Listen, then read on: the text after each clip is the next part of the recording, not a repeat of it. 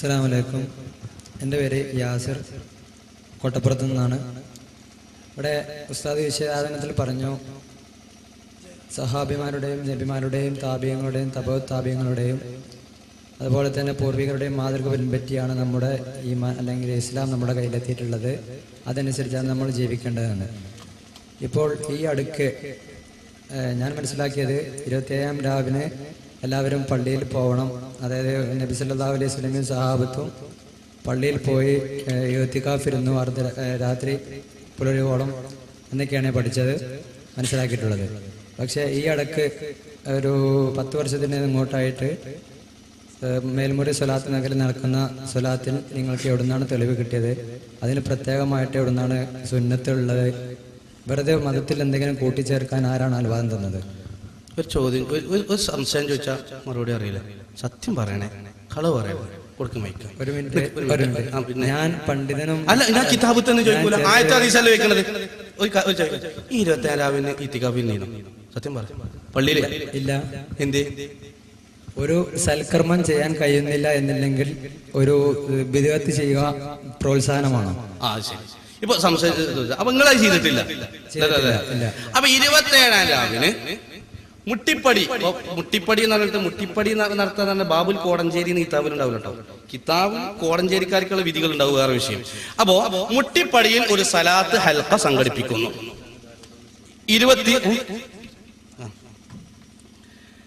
27-ാം രാവിന്റെ ആ ദിവസത്തിൽ മുട്ടിപ്പടിയിൽ സലാത്ത് ഹൽഖയുണ്ട്.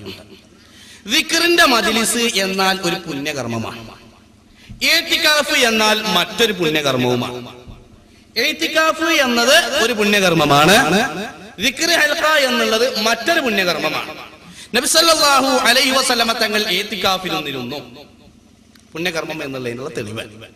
ദിക്ർ ഹൽഖ പുണ്യകർമ്മമാണ് എന്നതിനുള്ള തെളിവാണ് ബഹുമാനപ്പെട്ട അഷ്റഫുൽ ഖൽഖ് റസൂലുള്ളാഹി സല്ലല്ലാഹു അലൈഹി വസല്ലമ തങ്ങൾ പറയുന്നു, ദിക്റിന്റെ മജ്ലിസിൽ മലായികത്തിന്റെ സാന്നിധ്യം ഉണ്ടാകുമെന്നും അവർ സ്വർഗത്തെ ചോദിച്ചാലും നരകത്തെ ചോദിച്ചാലും മഗ്ഫിറത്തിനെ ചോദിച്ചാലും അല്ലാഹു കൊടുക്കും എന്നും ഉണ്ട്.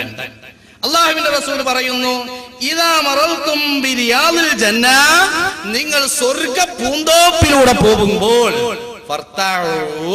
നിങ്ങൾ മേക്കണം. ഇല്ല ഇതാക്കാന ഇന്നൽ 27-ാം രാവി, അങ്ങനെ ഹദീസിന്റെ വാക്കില്ല.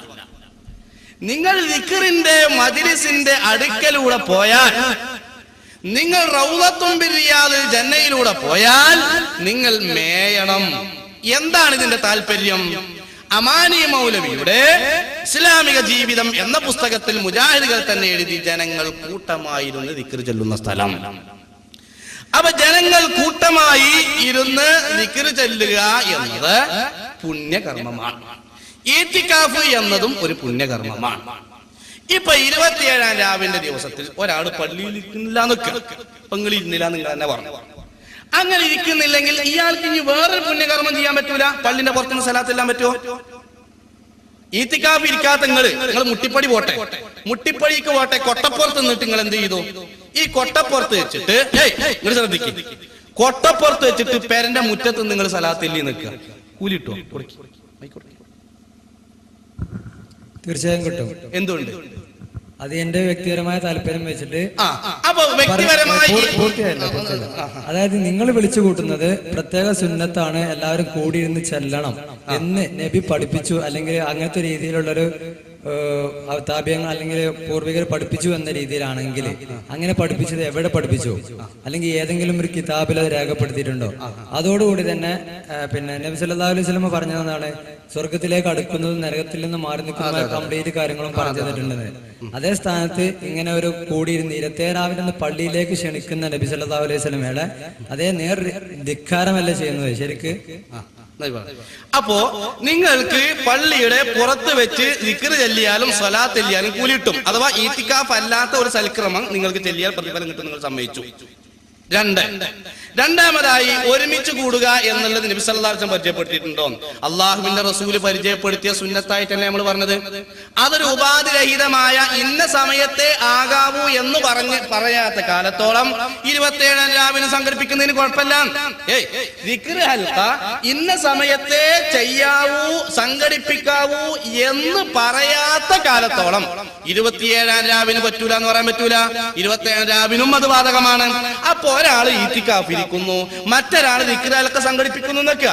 ദിക്ർ ഹൽഖ എന്ന് പറഞ്ഞാൽ ഒരുമിച്ചിരുന്ന് ദിക്റല്ല അല്ലെ, ഒരുമിച്ചിരുന്ന് ദിക്ർ ചെല്ലുക എന്നുള്ള ദിക്റിന്റെ മജ്ലിസ് അത് സഹീഹ് മുസ്ലിമിലുണ്ട്, അത് ബുഖാരിയിലുമുണ്ട്. അത് പൊതുവാണ്, എല്ലാ സമയത്തും ബാധകമാണ്.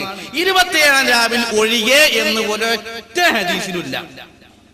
അപ്പൊ ഈ പുണ്യകർമ്മം നിർവഹിക്കുക എന്നത് ഈ കൂട്ടായ ശൈലി നിർവഹിക്കുക എന്നതിൽ കുഴപ്പമില്ല.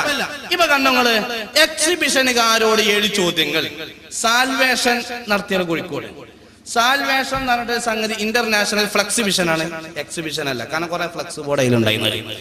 അപ്പൊ ഏതായിരുന്നാലും അതിൽ കാണാം ഖുർആൻ ഓതിയും ഊതിയും സുന്നികൾ പൈസ വാങ്ങിയതിനെ കളിയാക്കിയവർ ഖുർആൻ എഴുതി തൂക്കി പണം വാരിക്കൂട്ടിയ കഥയാണ് ഡിസംബറിലെ 10 ദിവസം കോഴിക്കോട്ട് കണ്ടത് എന്ന് പറഞ്ഞിട്ട് ഈ ചാർട്ടർ പ്രദർശനം നടത്തിയവരോട് ചില ചോദ്യങ്ങൾ. ഒന്ന്, അള്ളാഹുവിന് ദീൻ ദഅവത്ത് നടത്താൻ ടിക്കറ്റ് വിൽപ്പന അനുവദിക്കുന്ന ഒരു തെളിവ് ഏതെങ്കിലും ഇസ്ലാമിക പ്രമാണത്തിൽ നിന്ന് പറഞ്ഞു തരാമോ? ഒന്ന് കൊടുക്കാം. ഒരു മിനിറ്റ്, ഇത് ചോദിക്കാൻ എന്താ കാരണം എന്നറിയോ? നബി സല്ലല്ലാഹു അലൈഹി വസല്ലമ തങ്ങൾ ചെയ്യാത്ത കാര്യമല്ലേ ഇത്, അതുകൊണ്ട് അങ്ങനെ അല്ലേ ഇത് എന്നുള്ള ചോദ്യത്തിനാണ് നിങ്ങളും അങ്ങനെ നടത്തുന്നില്ലേ. ടിക്കറ്റ് ഉണ്ടോ?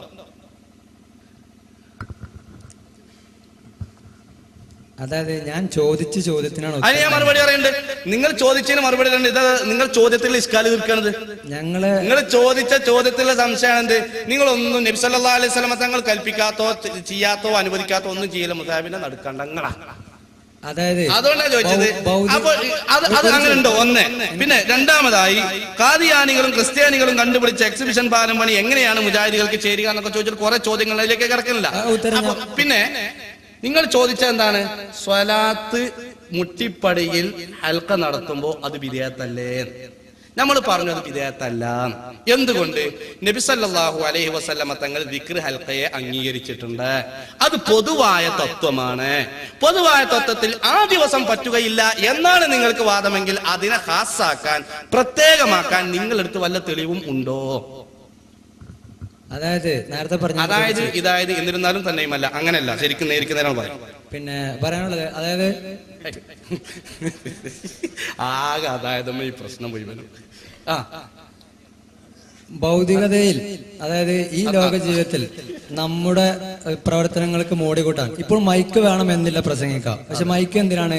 എല്ലാവരും കേൾക്കണം എന്നുള്ള പർപ്പസാണ്. പക്ഷെ പ്രവാചകൻ പ്രസംഗിച്ചപ്പോൾ ഒരിക്കലും മൈക്ക് ഉപയോഗിച്ചിട്ടില്ല. കാരണം അന്നത്തെ കാലത്ത് മൈക്ക് അല്ലാത്തതുകൊണ്ട്.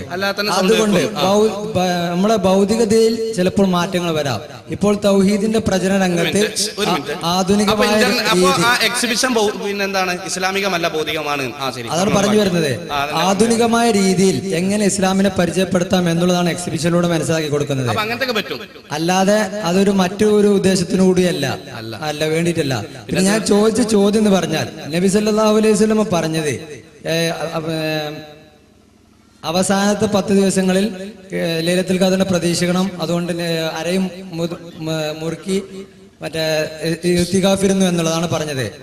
പക്ഷെ ഈ ഇതിന് ഓപ്പോസിറ്റ് ആയിട്ടല്ലേ ശരിക്കും നിങ്ങൾ പ്രവർത്തിക്കുന്നത് എന്നാണ് എന്റെ ചോദ്യം. അല്ല, നബി സല്ലല്ലാഹു അലൈഹി വസല്ലമ തങ്ങൾ ഇത്തികാഫേ ഇരിക്കാവൂ എന്ന് പറഞ്ഞിട്ടില്ല. ഒന്ന്, നീ കേട്ടോളൂ ഒരു മറുപടി.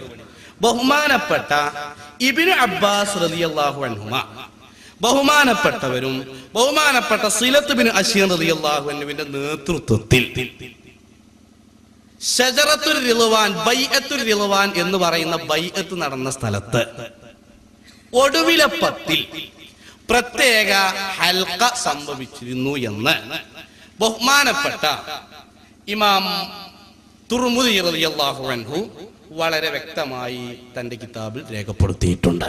ജാമിഉൽ ഉസൂൽ എന്ന ഗ്രന്ഥത്തിൽ രേഖപ്പെടുത്തിയിട്ടുണ്ട്. എന്ത്? ഒടുവിലെ 10 പ്രത്യേക ഹൽഖ സഹാബത്ത്. ഇങ്ങോട്ടോ കുഞ്ഞുട്ടി ഇങ്ങോട്ട് നോക്കേ. നബി സല്ലല്ലാഹു അലൈഹി വസല്ലമ തങ്ങളിൽ നിന്ന് ദീൻ പഠിച്ച സഹാബത്ത് നടത്തിയിട്ടുണ്ട്. പിന്നെ അതുപോലെ തന്നെ അറഫയിൽ നിൽക്കുക എന്ന് പറഞ്ഞിട്ടൊരു കർമ്മണ്ട് ഹജ്ജിന്, അല്ലെ? അൽ ഹജ്ജു അറഫ, അങ്ങനല്ലേ ഹദീസ്? ഹജ്ജിന്റെ പ്രധാനപ്പെട്ട ഒരു ഘടകമാണ് അറഫയിൽ നിൽക്കുക എന്നുള്ളത്. അറഫയിൽ ഹാജിമാര് നിൽക്കുമ്പോ ബഹുമാനപ്പെട്ട ഇബ്നു അബ്ബാസ് റളിയല്ലാഹു അൻഹുമ അത്തഅറുഫു ബി അറഫ, അറഫക്കാരോട് ഐക്യദാർഢ്യം പ്രകടിപ്പിച്ചുകൊണ്ട് ഒന്ന് പരിചയപ്പെടുത്തുക എന്ന നിലക്ക് പ്രത്യേക ദിക്ർ സ്വലാത്തുകൾക്ക് വേണ്ടി സഹാബത്തെ കിറാം ഒരുമിച്ച് കൂടിയിരുന്നു എന്നും ഹദീസിന്റെ കിതാബിലുണ്ട്. അപ്പൊ ചുരുക്കത്തിൽ ഒരു കൂട്ടായ ദിക്റിൻ്റെത് എന്നത്, ദിക്ർ ചൊല്ലുക എന്ന മജ്ലിസ്, അത് പൊതുവായി ചെയ്യാൻ നിർദ്ദേശിക്കപ്പെട്ടാൽ ഇന്ന സമയത്തെ ചെയ്യാവൂ എന്ന് പറയാത്ത കാലത്തോളം എല്ലാ സമയത്തും ചെല്ലാം. ഇപ്പോ 27 ഈത്തിക്കാഫേ ആകാവൂന്നില്ല. നിങ്ങൾ തന്നെ പറഞ്ഞു മുറ്റത്ത് വെച്ചിട്ട് സലാത്ത് എല്ലാരും എനിക്ക് കിട്ടും. നിങ്ങൾ ഈത്തിക്കാഫ് അവിടെ ഇരുന്നിട്ടില്ല, എന്നാലും നിങ്ങൾ സലാത്തിലെ കൂലിട്ടും. എന്തുകൊണ്ട്? ഈത്തിക്കാഫ് എന്ന കർമ്മം മാത്രമല്ല പുണ്യകർമ്മം. ലൈലത്തുൽ ഖദർ പള്ളിന്റെ ഉള്ളിൽ മാത്രമേ, മിനാരത്തിന്റെ ഉള്ളിൽ മാത്രമേ ഇറങ്ങുള്ളൂ. അങ്ങനെ ഉണ്ടോ? ലൈലത്തുൽ ഖദർ മൊത്തം ഇറങ്ങൂല, പാടത്തും ഇറങ്ങും, പറമ്പിലും ഇറങ്ങും, എല്ലായിടത്തും ഇറങ്ങും. തനസ്സൽ മലായികത്തു വറൂഹു ഫീഹാ ബിഇദ്നി റബ്ബിഹിം മിൻ കുല്ലി അംറിൻ. നബി സല്ലല്ലാഹു അലൈഹി വസല്ലമ തങ്ങൾ ഈത്തിക്കാഫിരുന്നു മദീന പള്ളിയിൽ. സഹാബത്ത് മുഴുവൻ ഈത്തിക്കാഫ് ഇരിക്കുന്നു. അങ്ങനെ ഉണ്ടോ? ഇല്ല. അപ്പോ ഈത്തിക്കാഫ് പുണ്യകർമ്മമാണ്, അതുപോലെ മറ്റുള്ളതും പുണ്യകർമ്മമാണ്. ദിക്റൊക്കെ പുണ്യകർമ്മമാണ്. ഇന്ന സമയത്തെ പാടുള്ളൂ എന്ന് പറയാത്ത കാലത്തോളം എല്ലാം പുണ്യകർമ്മമായിട്ട് തന്നെ അംഗീകൃതമാണ് എന്ന് സഹോദരനോട് ഉണർത്തുകയാണ്. പിന്നെ ദിക്ർ ഹൽക്കയിൽ സ്ത്രീകൾ പങ്കെടുക്കുന്നുണ്ട് എന്നാണ് ഞാൻ അറിഞ്ഞത്. പിന്നെ പള്ളിയിലേക്ക് പ്രവേശിക്കുന്നതിനെ നിരുത്സാഹപ്പെടുത്തുകയും അവരെ തടയണം എന്ന് വരെ പറയുകയും ചെയ്യുന്ന സുന്നി പ്രസ്ഥാനം എന്തുകൊണ്ടാണ് സ്ത്രീകളെ അങ്ങോട്ട് തടയാത്തത്? അർദ്ധരാത്രിയും അവിടെ സ്ത്രീകൾ നിൽക്കുന്നത് പള്ളിയിൽ വരുന്നതിനേക്കാൾ വലിയ അപകടമല്ലേ? ചോദ്യം. ദിക്ർ ഹൽഖ, ഇൽമിന്റെ മജ്ലിസ്, ദുആഇന്റെ മജ്ലിസ് എന്ന സ്ഥലത്തിൽ പരിപൂർണമായ ഹിജാബ് പാലിച്ചുകൊണ്ട് സ്ത്രീകൾ പോവുകയാണെങ്കിൽ തടയേണ്ടതില്ല. പക്ഷെ ഇന്നിന്റെ സാഹചര്യങ്ങൾ അത് പ്രയാസകരമായത് കൊണ്ടാണ് ബഹുമാനപ്പെട്ട സയ്യിദ് അവറുകൾ അടക്കം അതിനെ നിരുത്സാഹപ്പെടുത്തിയിട്ടുണ്ട്. നിങ്ങൾ മുട്ടിപ്പൊടി സ്ഥലത്തിന് പറ്റില്ലല്ലോ, ഇല്ല. അപ്പൊ അവിടെ പോയി നോക്കി അറിയാ പെണ്ണുങ്ങളെ വരവിനെ നിരുത്സാഹപ്പെടുത്തിയ ഒരുപാട് വിഷയങ്ങൾ വളരെ വ്യക്തമായിട്ടുണ്ട്.